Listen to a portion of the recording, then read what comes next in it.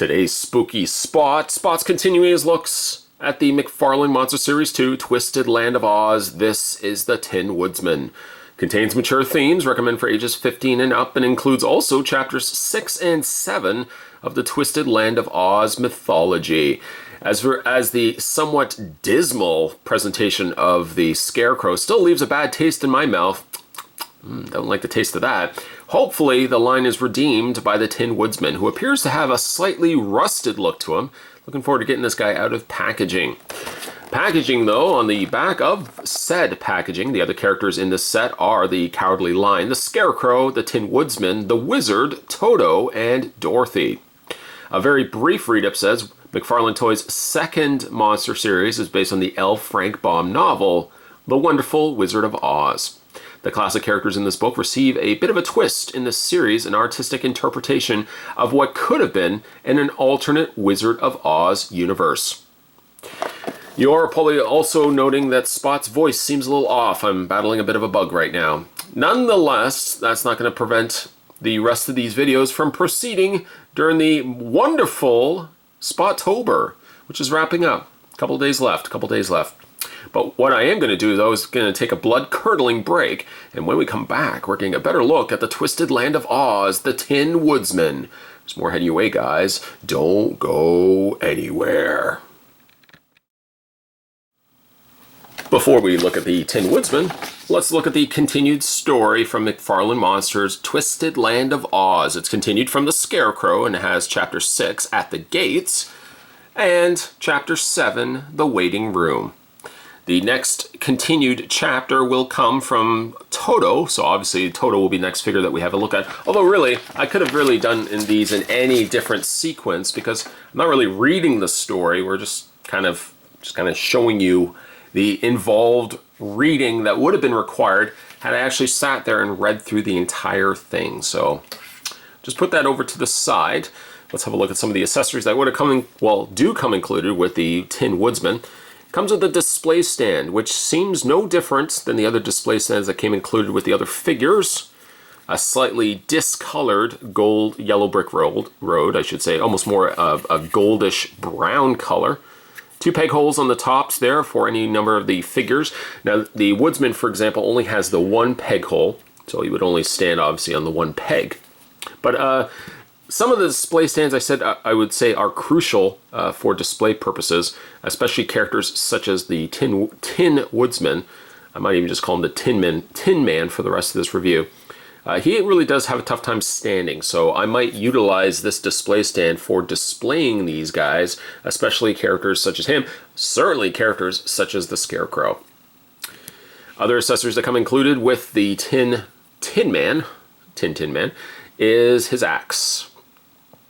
I do like the axe in that it looks like it's not been well forged. In fact, it looks like it's something that's just been kind of pulled together, taking perhaps a shard of metal he's found somewhere and tooling it as best he can into a makeshift axe blade, which that's what it looks like to me.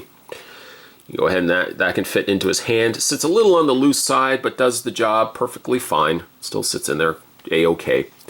He does also come with his little oil canister. Of course, as he rusts, he can't move. We've seen the movie.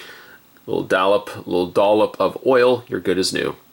The oil can actually does look pretty good, and they went as far as to put the remnants, and hopefully you can see it right there, the little remnants of oil that would have trickled down and laid on the side of the actual container. A small little touch. I do appreciate that, though. Put that also to the side. You know what? Let's take the axe out of his hand. Don't need the risk of running where that may potentially break. All right, so let's have a look at the Tin Woodsman. I quite like this guy. He turned out really good. He has a few shortcomings.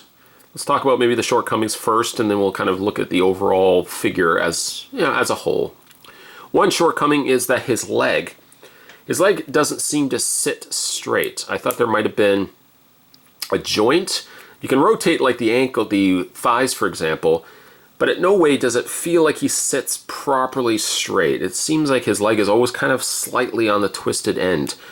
Again, you can compensate that by twisting the thigh to get him in a somewhat straight pose. But as you can see, it always kind of looks like basically from the knee area down, it's always kind of on an angle. I have to also commend the Tin Woodsman, or Tin Man, that he has probably the best articulation, not only for the Wizard of Oz line that we're looking at, the Twisted Land of Oz, but also some of McFarlane's older lines in general. We'll get into the articulation in a second, but let's look at some of the fantastic sculpt details that they put all over this figure. There's a lot to look at. The figure initially came across like he was rusted.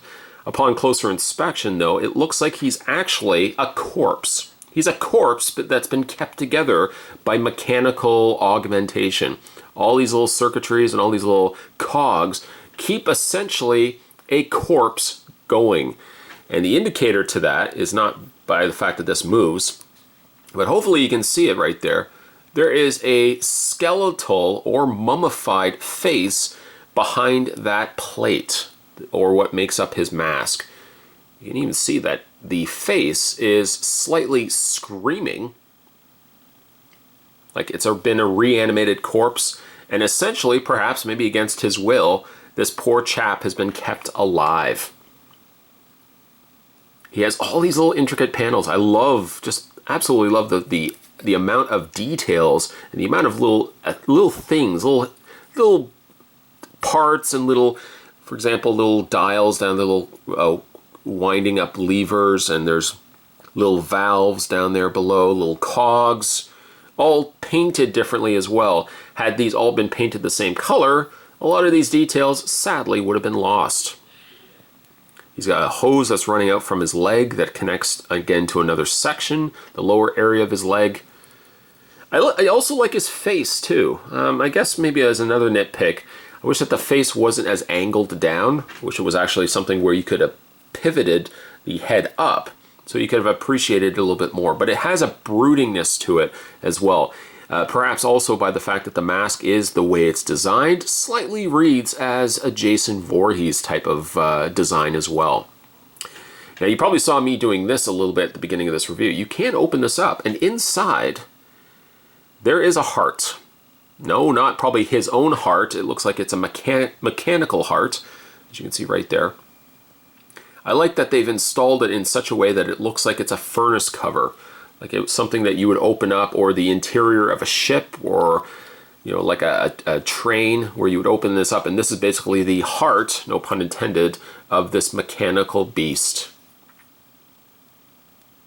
Very, very cool. I like that. Some of the other things I do like about the figure as well is that he's not symmetrical. There's nothing really about this character that says, well, that the right side matches the left side and vice versa.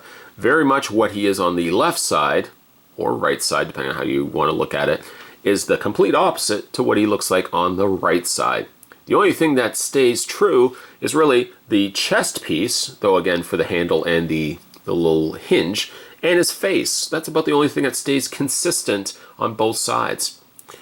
One big thing I like on this arm is that he's got a big mechanical claw.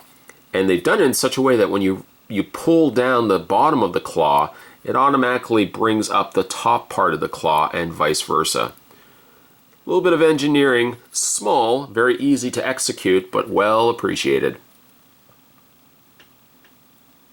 In the way of his posability, now again, this is pretty impressive for how old these figures are. They're, 13 years old. The head, it's as a little more the limited side, excuse me. It rotates just left and right. The arms do rotate. I will say be very cautious, of course, rotating the arms, because there is just so much that can fall off, not to the extent of the Scarecrow, but there's a lot that I feel like could just fall off if you're not careful with it. The elbows do bend. He doesn't have a rotation on this arm, nor does he have a rotation on this arm, but both elbows do bend, and while you bend this elbow, the piston does actually work. You can see the little pole sliding in and out of the piston there. Very nice, I like that. He doesn't appear to have any waist swivel, but he does surprisingly have a split in the leg. a top swivel on the thigh.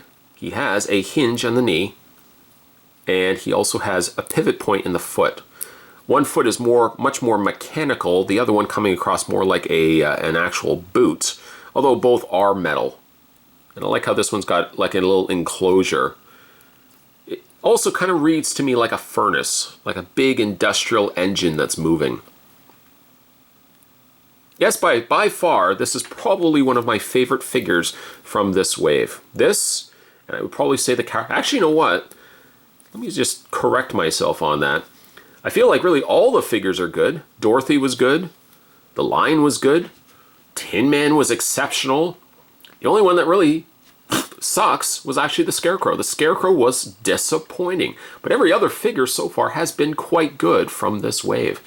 If you guys haven't had a chance to pick up this line and really are fans of twisted interpretation of, you know, fantasy, story, fairy tales, this is actually a perfect line to pick up. They're a little bit more expensive because, of course, now you're getting in an aftermarket, but really well worth it.